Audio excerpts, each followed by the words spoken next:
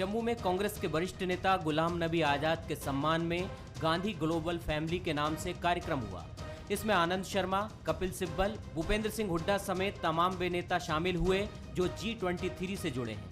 कार्यक्रम के पोस्टर में कांग्रेस के बड़े नेता सोनिया गांधी, राहुल गांधी और प्रियंका गांधी नदारद थे।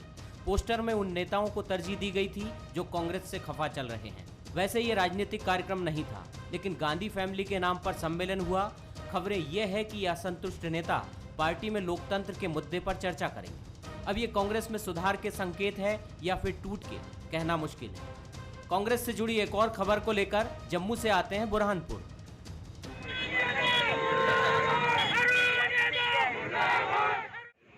अच्छी विचारधारा करके पार्टी में लेकर आए तो उनका स्वागत करना चाहिए। चलिए, अपन को ये बात नहीं भी समझ में आई तो उसको इंटरनेशनली ट्वीट करने का कोई सेंस नहीं था। घर में बैठ के बात करनी थी। पार्टी एक परिवार है। पूर्व प्रदेश अध्यक्ष अरुण यादव के खिलाफ नारेबाजी करने वाले ये कांग्रेस के कार्यकर्ता ही हैं। दरअसल गांधी जी के हत्यारे गोडसे की विचारधारा वाली हिंदू महासभा से आए बाबूलाल चौरसिया की पार्टी में ज्वाइनिंग का अरुण यादव विरोध कर रहे हैं। उनके इस विरोध के कारण पार्टी में ही उनका विरोध होने लगा है। कांग्रेस में अंतरकलह का यह सिलसिला आगे बढ़ रहा है। अरुण यादव के बाद गोडसे भक्त का चाचोड़ा विधायक लक्ष्मण सिंह ने भी विरोध किया। अब इसमें एक और नाम जुड़ गया है, मानक अग्रवाल का। कमलनाथ को स्पष्ट करना चाहिए कि वो गांधी जी की विचारधारा के साथ है या गोडसे की विचारधारा के साथ है, क्योंकि कांग्रेस के कार्यकर्ताओं में और नेताओं में ये भावना बैठ गई है कि कमलनाथ जी गोडसे की विचारधारा और बीजेपी की विचारधारा से काम कर रहे हैं। ऐसा लगता है कि इनकी विचारधारा कांग्रेस की विचारधारा से मेल नहीं खाती। यदि खाती है तो उसको बाबूलाल चौरसिया को कांग्रेस पार्टी से बाहर करें। अरुण यादव जी जब कांग्रेस अध्यक्ष थे, उन्होंने पूरे प्रदेश का दौरा किया था और बीजेपी से सीधा संघर्ष किया था। उन्होंने कांग्रेस पार्टी को मध्य प्रदेश में मजबूत किया था और उस मजबूती को कमलनाथ जी ने कैच किया। कमलनाथ जी मुख्यमंत्री बन गए, लेकिन अरुण यादव जिसने संघर्ष किया था वो बेचारे अपने घर बैठ गए। उनकी उपेक्षा कमलनाथ जी करते रहे। कांग्रेस में शुरू हुई अंतरकलह पर बीजेपी नजर बनाए हुए है। सांसद ज्योतिरादित्य सिंधिया ने इस मसले पर क्या कहा, आइए देखते हैं। कांग्रेस की जो स्थिति है वो ऐसे घटनाओं से जनता के समक्ष आ जाती है। कहते हो कुछ, करते हो कुछ। जिंदगी में कथनी और करनी में अंतर नहीं होना चाहिए। और जो राजनीतिक दल सिद्धांतों और मूल्यों से पूर्ण रूप से शून्य हो जाए, वही स्थिति होती है। कांग्रेस नेता मानक अग्रवाल से पहले लक्ष्मण सिंह ने ट्वीट कर कहा था, गोडसे के उपासकों की जगह पार्टी में नहीं जेल में है। अरुण यादव तो अपने पत्र में ये भी संकेत दे गए कि वो इस मसले पर सड़क पर भी उतर सकते हैं, जिस पर यह कहा जाने लगा है कि पार्टी में एक और असंतोष और कहीं एक बार फिर सिंधिया एपिसोड की तरफ तो नहीं बढ़ रही है कांग्रेस, यानी एक और फूट। वैसे कांग्रेस में ये इतनी बड़ी घटना भी नहीं है, लेकिन कहते हैं विस्फोट में एक चिंगारी ही काफी है। इस मसले पर कांग्रेस को पीसीसी चीफ कमलनाथ और हाईकमान की प्रतिक्रिया का इंतजार है। Bureau report, Bansal news. नमस्कार, मैं हूं शरद द्विवेदी और आज का हमारा मुद्दा है कांग्रेस के कितने महाराज। कांग्रेस के लिए मुश्किलें थमने का नाम ले रही हैं, नहीं ले रही हैं, ये कहना तो कठिन इसलिए है क्योंकि कांग्रेस एक ऐसी पार्टी है जो विभाजन, असंतोष, टूटन, विघटन, इन सबको साथ लेकर चलती रही है। इस समय हम देख रहे हैं कि दिल्ली, जो नज़ारा हमने आपको दिखाया कि G23 यानी वो नेता जिन्होंने सोनिया गांधी जी को पत्र लिखा था जब वो हॉस्पिटलाइज थी, और उनकी चिंता ये थी कि पार्टी के नेतृत्व के संबंध में एक स्पष्ट निर्णय का किया जाना बहुत ज़रूरी है, और जिसको लेकर कथित रूप से राहुल गांधी जी का बाद में ये स्टेटमेंट काफ़ी चर्चा में रहा था कि ये लोग जब मेरी माँ बीमार हैं, हॉस्पिटलाइज्ड हैं, उस समय उनको चिट्ठी लिखना क्या बीजेपी की मदद करना नहीं है। और उसको लेकर नाराज़गी शुरू हुई। गुलाम नबी आज़ाद पद से हटाए गए, कपिल सिब्बल पर भी निशाना साधा गया। मध्य प्रदेश से विवेक तनखा जी भी उस चिट्ठी में हस्ताक्षर करने वालों में शामिल रहे। कुल मिलाकर ये माना गया कि उस चिट्ठी में शामिल जो 23 नेता हैं उनसे कहीं ना कहीं राहुल गांधी दूर हुए हैं थोड़ा सा, और कहीं ना कहीं एक विभाजन या दरार बनी है। मध्य प्रदेश में कमलनाथ जी के इस फैसले को लेकर कि बाबूलाल चौरसिया जो कि हिंदू महासभा में रहे हैं, उनको लेने के फैसले को लेकर विवाद है। और रिसेंटली इस कड़ी में अरुण यादव, लक्ष्मण सिंह के बाद नाम जुड़ा है मानक अग्रवाल का, जिनकी प्रतिक्रिया सबसे ज़्यादा तीखी है और उन्होंने सीधे प्रदेश अध्यक्ष पर ही सवाल दागा है कि आप गोडसे की विचारधारा के साथ हैं या फिर गांधी की विचारधारा के साथ हैं, साफ करें। इन चीज़ों से कांग्रेस का कितना नुकसान होगा, इस पर कुछ कहना मुश्किल है, क्योंकि कांग्रेस की आदत रही है इन तमाम झंझावातों के बीच में इनसे जूझते हुए आगे बढ़ना। लेकिन इतना ज़रूर है कि इससे बैठे ठाले बीजेपी को एक मौका मिला है फिर कांग्रेस पर निशाना साधने का। और कांग्रेस के लिए मुश्किल ये भी है कि कहीं ना कहीं एक परसेप्शन जो लोगों के मन में जाता है और ख़ुद पार्टी की रैंक एंड फाइल में जाता है कि ये समय क्या इस तरह के किसी गैर ज़रूरी विवाद को हवा देने का है या फिर पार्टी की मजबूती का है। आज इसी पर एक बार फिर हम बात करेंगे। जो मेहमान हमारे साथ हैं उनसे मिल लीजिए। मेरे साथ स्टूडियो में है कृष्ण गोपाल पाठक, बीजेपी के युवा नेता और प्रवक्ता। रीवा से हमारे साथ जुड़ रहे हैं कांग्रेस के लीडर और पार्टी के लिए पैनलिस्ट गुरमीत सिंह मंगू साहब, उनका भी मैं स्वागत करता हूं। और वरिष्ठ पत्रकार, राजनीतिक विश्लेषक और कई पुस्तकों के लेखक शिवनराग पटेरिया जी हमारे साथ हैं, मैं उनका भी स्वागत करता हूं। पटेरिया साहब, क्या मिसाल दें इसको? कांग्रेस में जिस तरह से आपने देखा कि गुलाम नबी आज़ाद जी के साथ जो नेता बैठे हैं वो सब केसरी पग धारण किए हुए हैं, और मध्य प्रदेश में मानक अग्रवाल जी की तो सीधे पूछा ही है उन्होंने कमलनाथ जी से कि आप बताइए कि आप गोडसे जी के साथ हैं या फिर आप गांधी के साथ हैं। आप किस तरह पूरे मामले को देखते हैं? मैं दिल्ली से लेकर मध्य प्रदेश के सफ़र की तरफ आपकी तवज्जो चाहूँगा। जी सर। शरद जी, मुझे लगता है कि एक बड़े विस्फोट की आहट के तौर पर मैं सारी चीज़ों को देखता हूँ। कई बार जो चीज़ें आपको त्वरित दिखती हैं वो त्वरित होती नहीं हैं, उनके पीछे एक लंबी प्रक्रिया होती है, लंबी भूमिका होती है। और जो कुछ भी कांग्रेस में चल रहा है, मुझे लगता है house is not in the order, घर ठीक व्यवस्थित तरीके से नहीं है। दूसरा सबसे बड़ी बात है कि मध्य प्रदेश के बारे में अगर मैं बात करूं तो मध्य प्रदेश में कांग्रेस के शीर्ष नेतृत्व को यही मालूम नहीं है कि हिंदू महासभा का आदमी कौन है जिसके खिलाफ आपने मुकदमा दर्ज कराया था। मुझे लगता है इसकी जगह अगर दिग्विजय सिंह हुआ होते तो मुझे एक एक आदमी को जानते परखते थे और वो जानते थे घटनाओं को पहले परखने की। अब जब मामला खड़ा हो गया तो नरेंद्र सलूजा की तरफ से बयान आया कि प्रवीण पाठक उनको लाए थे, यानी सारा जो दारोमदार है उनके सर। अब दिल्ली की बात करें, दिल्ली में देखिए जिन सीनियर नेताओं ने अपना जीवन कांग्रेस के लिए अर्पित कर दिया, उनको उनकी असहमति के स्वरों के लिए आप किनारे नहीं लगा सकते हैं। दरअसल जब आप किनारे लगाते हैं तो दिक्कतें पैदा होती हैं। एक समय होता है जब आपका सब कुछ स्वीकार्य होता है, लेकिन आज कांग्रेस की स्थिति वो नहीं है। कांग्रेस को मुझे लगता है एकजुट होकर, एक साथ होकर प्रस्तुत होना पड़ेगा, और मध्य प्रदेश में जो कुछ हुआ है वो अक्षम्य अपराध से कम नहीं है।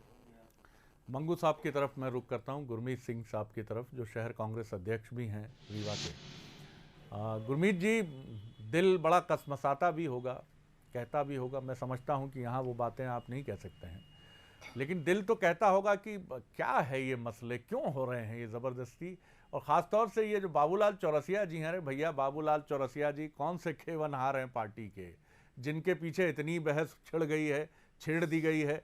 कौन लोग हैं ये जो ये सारी चीज़ें करते हैं? ये तो खैर आप छोड़िए, इसमें मत पड़िए, लेकिन आप कितने आश्वस्त हैं कि कांग्रेस इस विवाद से निकल जाएगी?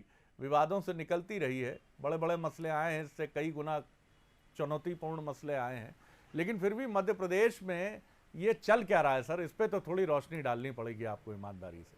जी गुरमीत जी। सर, आदरणीय शरद जी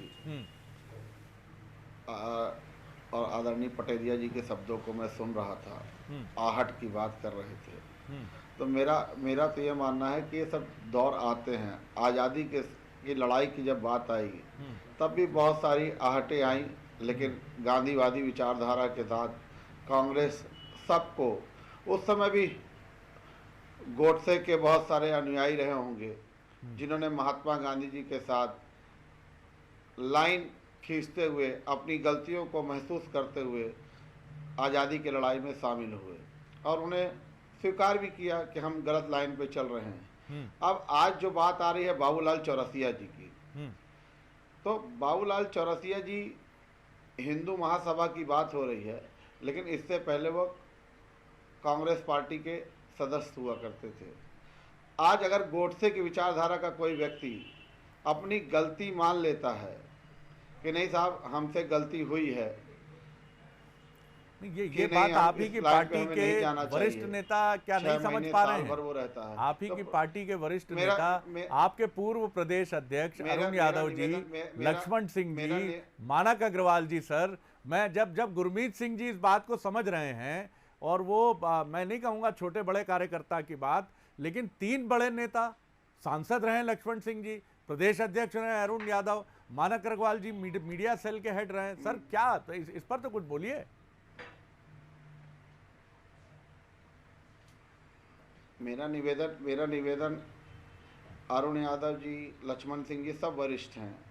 मानक अग्रवाल जी कब क्या बोल जाते हैं ये मुझे बताने की जरूरत नहीं, आप बहुत अच्छे तरीके से रोज़ उन्हें आए दिन सुनने का अवसर प्राप्त होता है। चाहे आदरणीय पचौरी जी रहे हों अध्यक्ष, चाहे अरुण यादव जी अध्यक्ष रहे, तो बहुत सारी बातें मानक अग्रवाल जी के द्वारा पहले भी आ चुकी हैं। मेरा तो प्रियंका गांधी जी, राहुल गांधी जी, जब राजीव गांधी जी के हत्यारों को माफ़ करने की बात, बड़े दिल की बात गांधी परिवार करता है और गांधी की सोच करती है, तो कांग्रेस बड़ी सोच रखते हुए सबको जिन्होंने गलतियां की हैं इस देश के अंदर, इस समाज के अंदर, विचारधारा को मारने का भी अगर प्रयास किया, अगर वो माफ़ी मांगते हुए सहजता से वो कहते हैं कि नहीं हम समाज को फिर एक गांधी की विचारधारा की तरफ ले जाना चाहते हैं, तो आए तो उनका तो स्वागत करना चाहिए।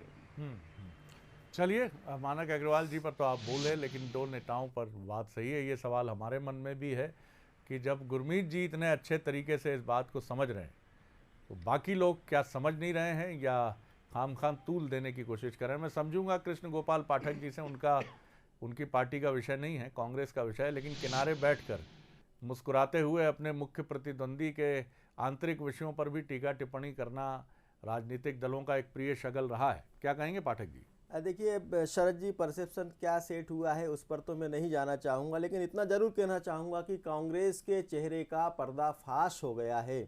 आप ध्यान दीजिए 2-3 साल पहले के घटनाक्रम पे, 2018 में भी जब शिवराज सिंह मुख्यमंत्री हुआ करते थे और भारतीय जनता पार्टी की सरकार मध्य प्रदेश में थी, तब भी ग्वालियर में गोडसे को महिमा मंडित करने के लिए गोडसे पूजा का आयोजन किया गया था। लेकिन वही गोडसे पूजा, आप ध्यान दीजिए मेरी बातों को, 2019 में और 20 में बंद हो जाती है, क्योंकि तब कमलनाथ जी और कांग्रेस पार्टी सरकार में आती है, और 2021 में जब फिर से भारतीय जनता पार्टी सरकार में आती है, तो फिर वही गोडसे पूजन का आयोजन ग्वालियर में किया जाता है। और ये बाबूलाल चौरसिया वही हैं जो गोडसे पूजन का आयोजन करते हैं। पहले ये कांग्रेस पार्टी के चुनाव चिन्ह पर चुनाव लड़ चुके हैं, फिर हिंदू महासभा के माध्यम से गोडसे पूजन का आयोजन कर चुके हैं, और आज फिर कमलनाथ जी ने उनको कांग्रेस पार्टी में अंदर लाने का काम किया है। और दिग्विजय सिंह जी यह कहकर स्वागत करते हैं कि हृदय परिवर्तन हो गया है।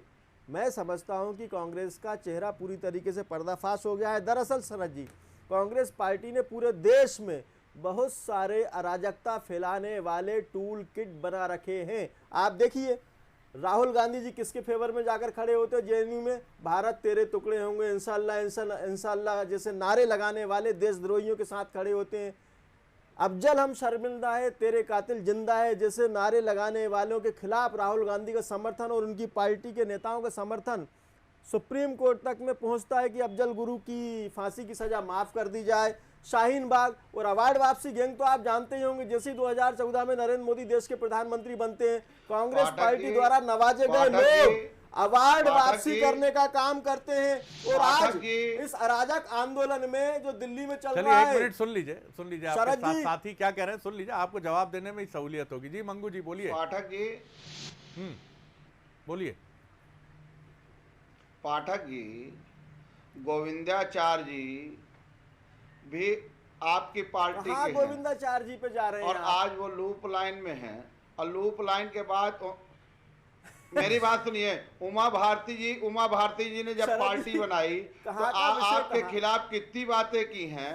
आज वही आपने पार्टी में उन्हें शामिल किया, अभी वो शराबबंदी को लेके बड़ी बात कह दी थी, लेकिन फिर आपने अपनी बात कह दी। देखिए मेरी बात सुन ले, आप एक अपन आज अच्छे विचारों से बड़ा दिल करके चलिए बात मंगू जी, करिए। आपने अपनी बात कह ली। छोटा दिल करके बात अब पाठक करिए। जी का जवाब सुनिए। पाठक जी का जवाब सुनिए। नकारात्मक राजनीति मत कीजिए पाठक जी। जी, पाठक जी का जवाब सुन लीजिए। शरद जी, आज देश में कांग्रेस पार्टी की जेब में और कार में और डिक्की में बहुत सारे टूल किट अराजकता फैलाने वाले पनप रहे थे, जो 70 साल में उन्होंने तैयार किए थे। एक एक चेहरा सामने आ रहा है देश के सामने, समाज के सामने। आप देखिए ग्रेटा, जो एक विदेशी कलाकार है, रिहाना, मध्य प्रदेश के मुद्दों पर है। वो भी टूल किट बनकर कांग्रेस पार्टी के अराजकतावादी माहौल में देश को ढालने का काम करती है। वास्तव में आज कांग्रेस टूल किट, और मैं कहूंगा फूल किट, राहुल गांधी की फूल किट, उनकी पार्टी बन गई है। मंगू जी, आप तो ग्रेटा और रिहाना को कांग्रेस पार्टी के नए अध्यक्ष बना दीजिए। कमलनाथ जी को मध्य प्रदेश से हटा दीजिए, ग्रेटा को अध्यक्ष बना दीजिए और रिहाना को राहुल गांधी की तरह जगह कांग्रेस का राष्ट्रीय अध्यक्ष बना दीजिए। शरद जी, इन्होंने राजनीति को मजाक बनाकर रख दिया, देश को अराजकता की आग में ढकेल दिया, देश को आतंकवादी विचारधारा की आग में ढकेलने का काम किया है। और आज कांग्रेस का चेहरा एक्सपोज हो रहा है कि हर आग के पीछे, हर टूलकिट के पीछे कांग्रेस है, कांग्रेस है, कांग्रेस है। चलिए मंगू जी, कांग्रेस के अलावा कहीं कोई नहीं है। थोड़ा हम चलते हैं, हमारे जो इंडिपेंडेंट ऑब्जर्वर हैं, जो हमारे स्वतंत्र प्रेक्षक हैं, शिवनराग पटेरिया जी, उनकी तरफ हम रुख करते हैं।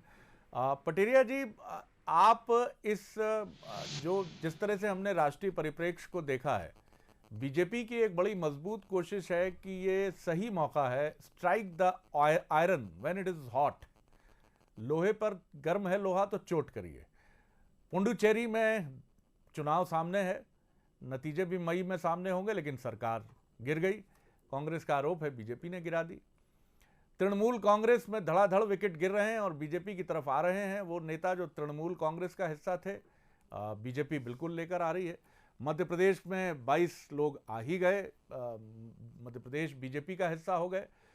क्या ये एक राष्ट्रव्यापी एग्रेसिव स्ट्रैटेजी भी है बीजेपी? मैं ये नहीं कह रहा कि ये जो, लेकिन इससे जो फायदा हो सकता है, अगर क्या आपको लगता है कि कुछ बड़े नेता, माफ कीजिएगा हाइपोथेटिकल क्वेश्चन है ये, काल्पनिक सवाल है, लेकिन किसी ने भी नहीं सोचा था एक समय कि क्या ज्योतिरादित्य सिंधिया कभी बीजेपी का हिस्सा होंगे?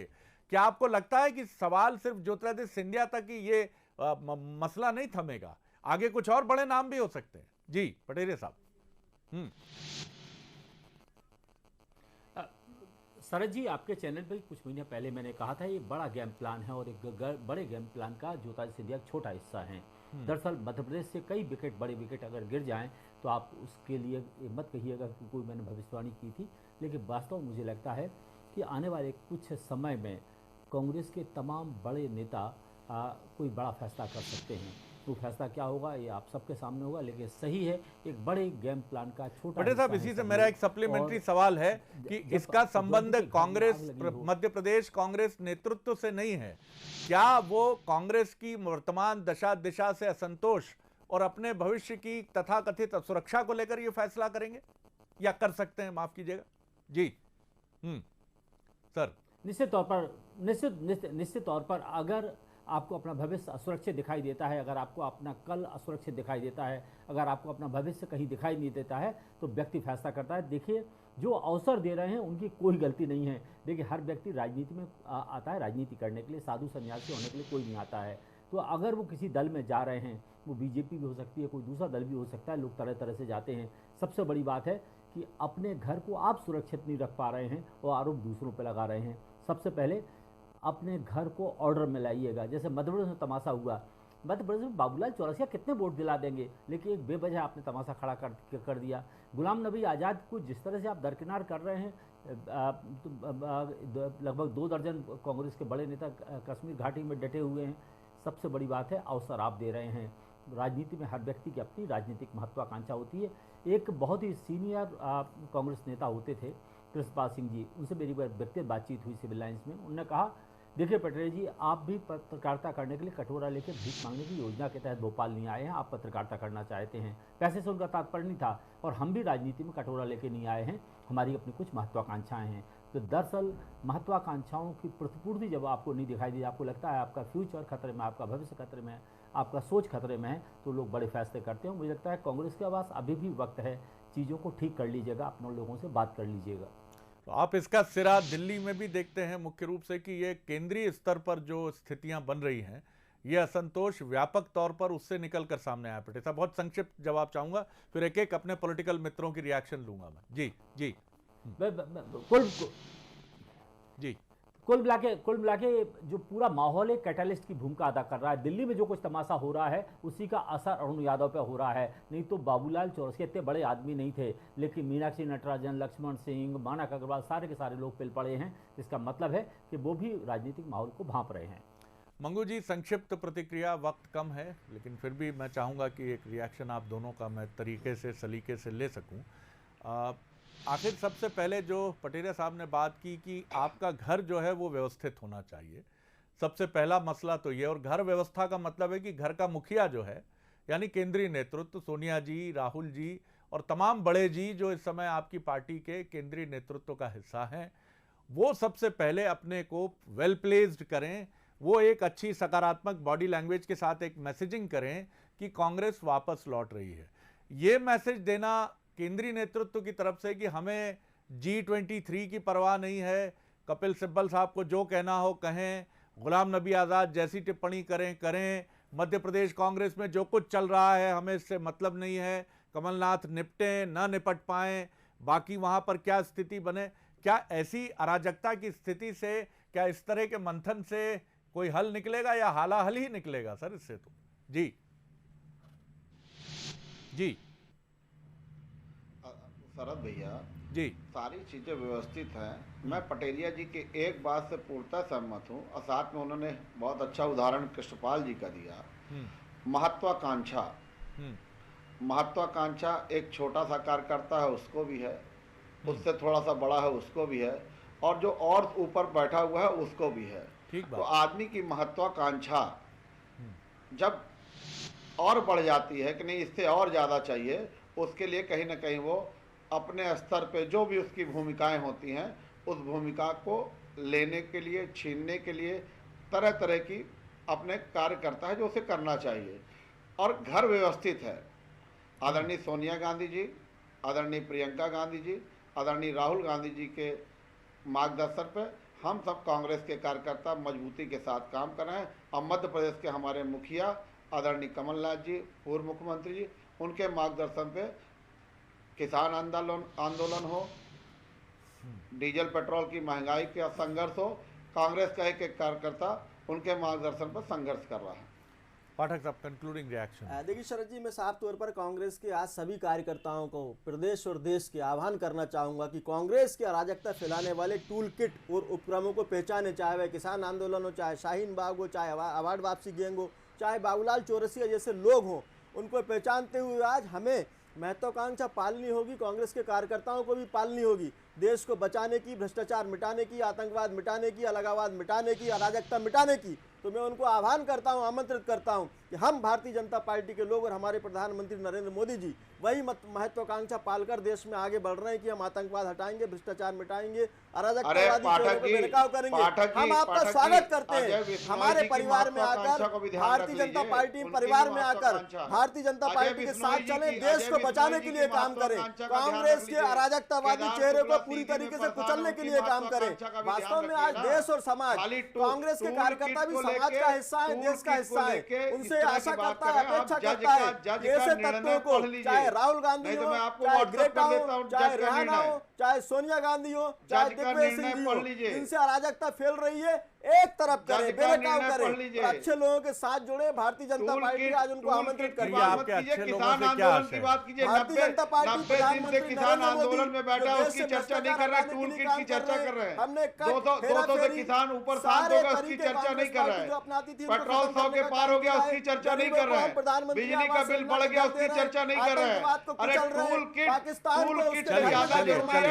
चलिए मैं कंक्लूड करूंगा, खत्म करूंगा मंगू साहब, मैं खत्म करूंगा, अब आगे नहीं बढ़ा पाऊंगा इस बातचीत को। पटेल साहब, एक बहुत कम सेकंड में, 30 सेकंड में आपका रिएक्शन। बीजेपी का दिल बहुत बड़ा है, वो एक के बाद एक समाती जा रही है कांग्रेस से आए नेताओं को अपने भीतर, अपने दिल के भीतर, लेकिन दिल की भी एक कैपेसिटी होती है, और ये कैपेसिटी ऐसी भी है कि दिल के जो मूल साथ रहने वाले लोग हैं, हमारे पाठक जी जैसे जो डीएनए से बीजेपी के कार्यकर्ता हैं, जो मूल तंतु हैं दिल के, अब इतने बाहर के तंतु आ जाएंगे सर, तो मूल तंतु और ये समन्वय, क्या ये एक बड़ी चुनौती आने वाले समय में बीजेपी के लिए नहीं होगा? 30 सेकंड में सर जी। जी देखिए, मुझे लगता है कि अगर बाराती घरातियों पर भारी पड़ जाएंगे तो दिक्कतें पैदा होंगी। भारतीय जनता पार्टी को भी सतर्क और सावधान रहना पड़ेगा।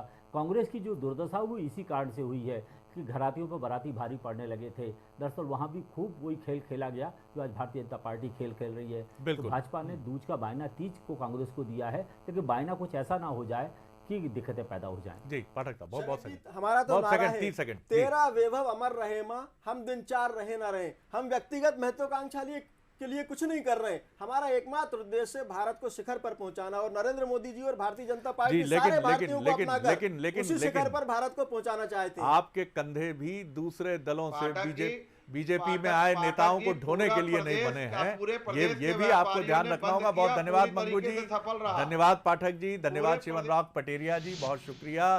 तो निश्चित तौर पर एक बड़ी राजनीतिक उथल पथल पैदा करने की कोशिश भी है। कोशिश कहां से है आप और हम बखूबी समझते हैं।